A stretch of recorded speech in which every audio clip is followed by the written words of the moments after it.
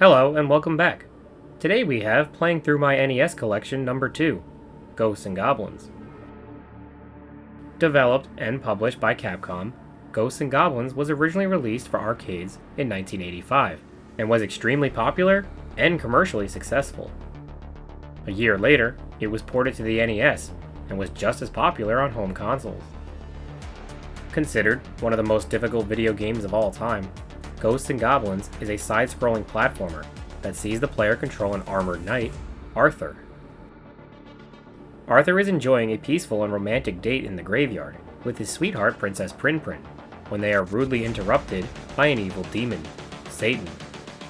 Satan kidnaps the princess and takes her into the demon realm, where she is held captive by the demon king Astaroth. Arthur quickly gets dressed and the game begins. Immediately, Arthur must battle his way through waves of aggressive enemies, equipped with the default basic bitch weapon, the javelin. Reliable and fired at high speed, this projectile can be thrown forward or backward and at various heights.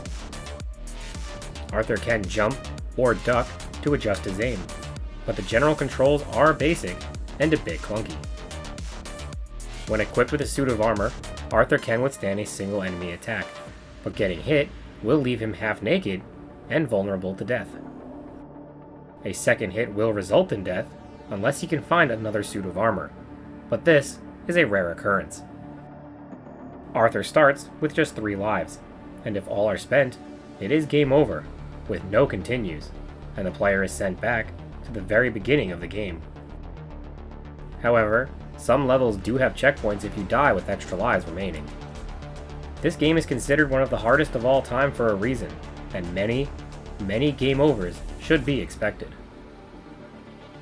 Luckily, Ghosts and Goblins does have a level select cheat code, complete with checkpoints, to get back to where you last died, but this by no means makes victory a guarantee. Arthur will encounter many different enemies throughout his journey, with diverse movement, unpredictable attack patterns, and even some enemies that spawn on top of him. Progression requires endless attempts to find the best techniques, but the difficulty can't be stressed enough. Numerous sections will be extremely frustrating, fueling the player's anger with cheap deaths and wonky mechanics. The jumping in particular was difficult and enraging to master. Arthur's momentum can't be stopped once he jumps forward, so proper timing is essential to not boost too far and fall to your death. In addition, if he jumps from a still position, he can't then move forward or back. However, the direction he faces can swap, allowing for forward attacks while jumping backwards, which will come in handy later on. Beating the game with just 3 lives and no continues is exceptionally difficult, and a badge of honor if you can do it. Personally, I had no chance. Even with level select, certain sections were beyond rage-inducing and nearly impossible. With that said, here is my personal experience playing Ghosts and Goblins.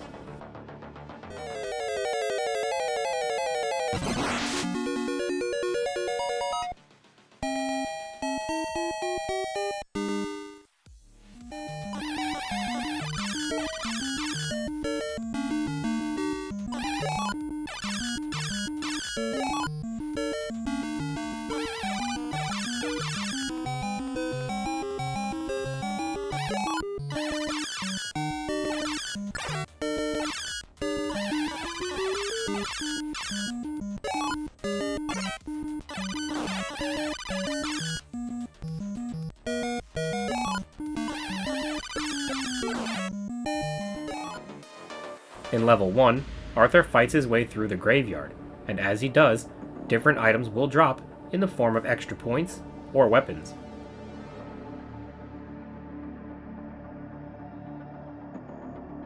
Once a weapon is grabbed, it will remain active even if the player dies, but will reset with a game over. Once familiar with the various enemies and weapons, you can strategically equip those you like best for certain encounters, or more importantly, avoid those you don't want.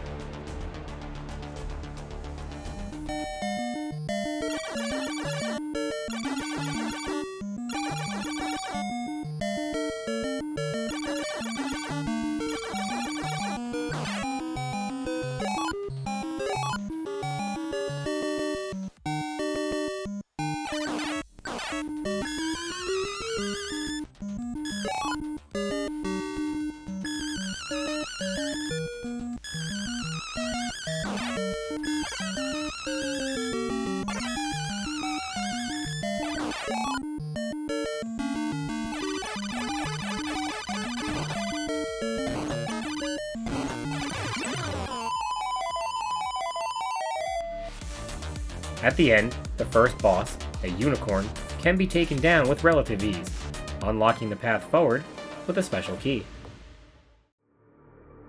Level 2 takes place in a haunted town, as Arthur is introduced to fast-moving, flying enemies, such as blue killers, Poochie devils, and crows.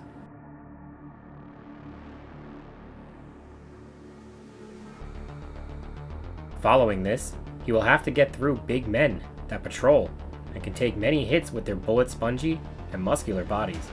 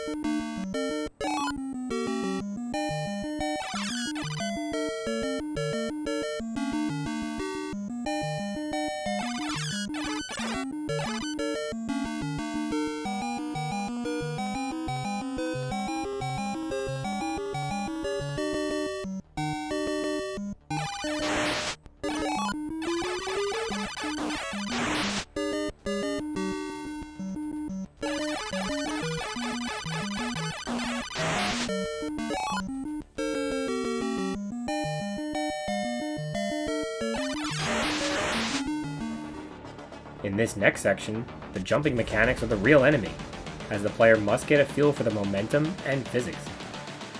This takes some getting used to, and there will be unavoidable, cheap deaths. But, after some time, you can get the hang of it and master it enough to progress. Just don't let your guard down, as enemies spawn in different ways and can appear right on top of you, with no time to react. In particular, they love to knock you backwards, straight into a pitfall, but with enough persistence, Arthur will reach the second boss fight, this time against 2 unicorns.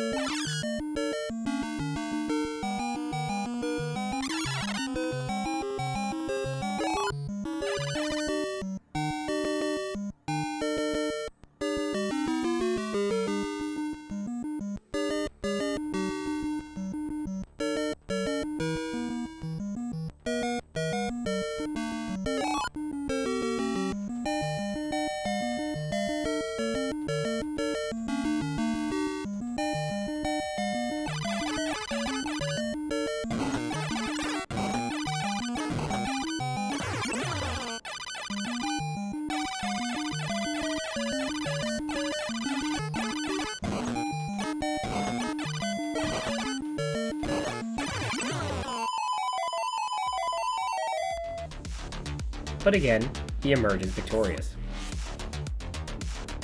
Level 3 begins in a dungeon-like cave system, and immediately, Arthur is ambushed by numerous enemies at once.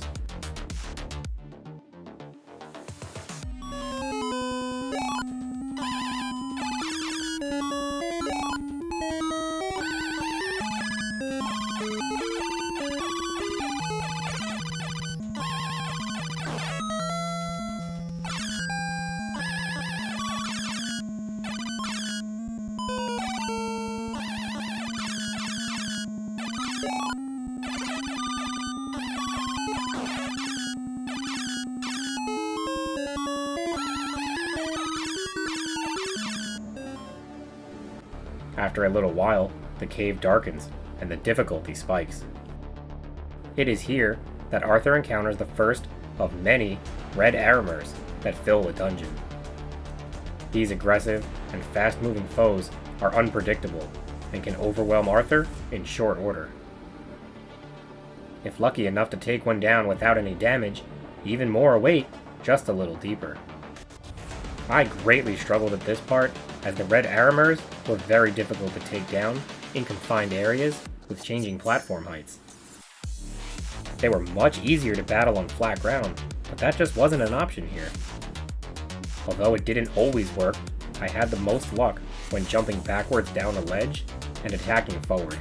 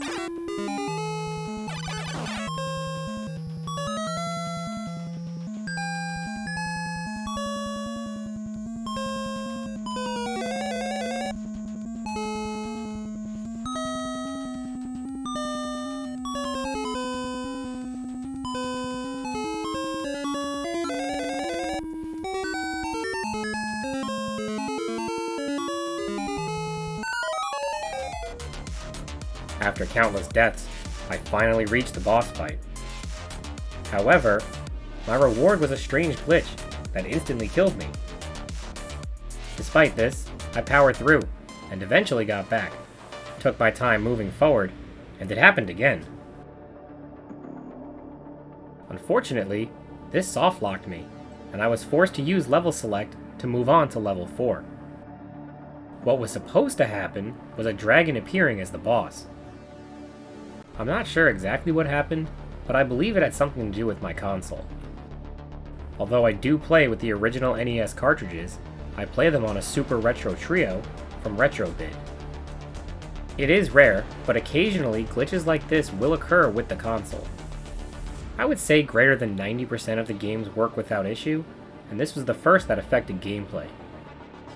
Mostly, the glitches are graphical, but this made progressing impossible as it just kept happening.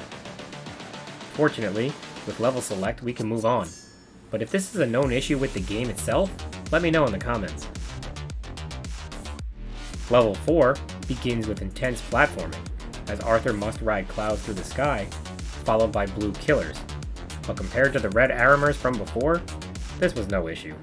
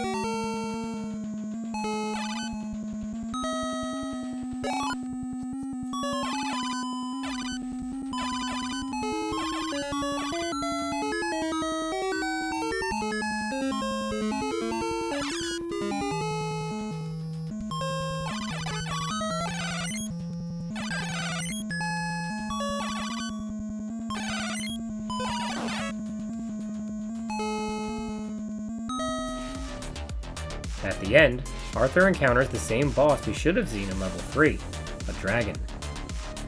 This flying beast must be taken down in parts, as striking the body will slowly reduce it to only a head.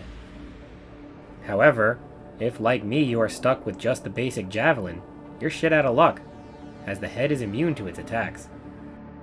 You must make sure to carry a weapon over from a previous level, or get a lucky weapon drop. Otherwise, the battle is futile. Level 5 sees Arthur climb and parkour his way up ladders and through confined spaces, filled with numerous enemies, with little to no room for error or even movement. Even with level select, this was a very tough level, as there were no checkpoints, and it must be completed in a single life.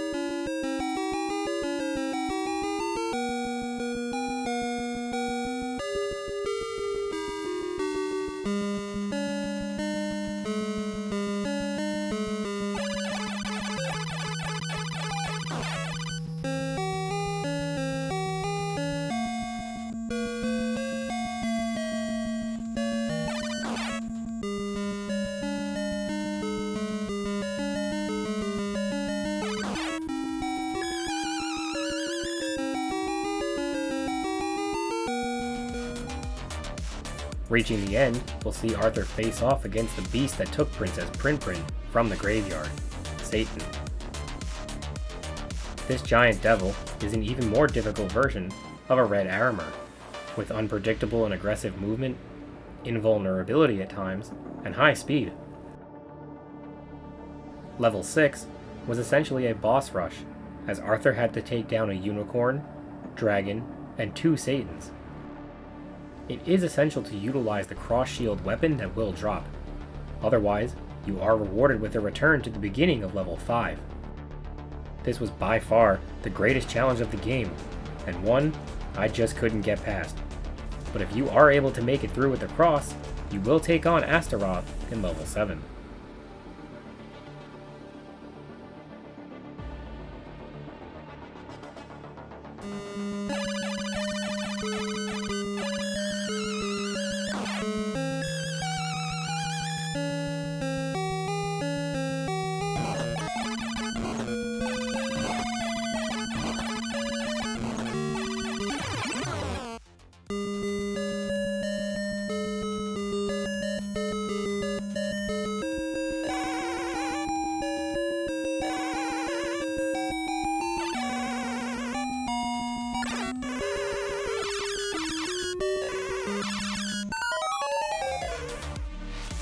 Compared to the waves of bosses from earlier, Astaroth is actually quite the pushover, and a welcome surprise.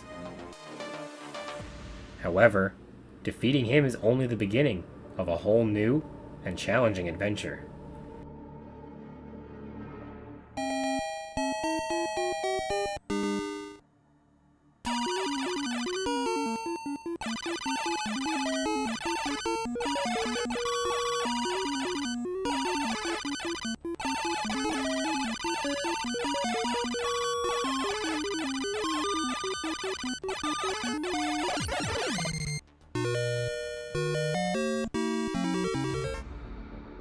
It turns out, the room was just an illusion, and Arthur returns to the very first level and must complete the game all over again to reach Astaroth a second time. I couldn't even beat this game once, let alone twice, when the second playthrough would be harder than the first.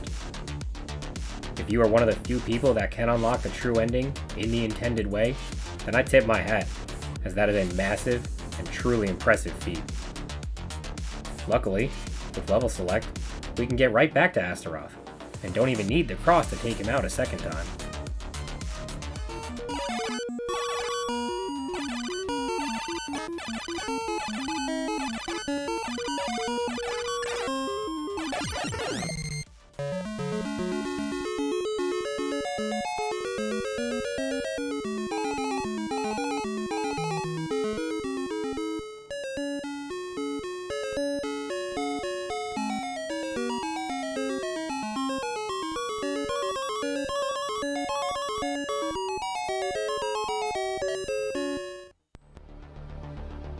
Arthur and Princess Prin are reunited, and the game finally ends.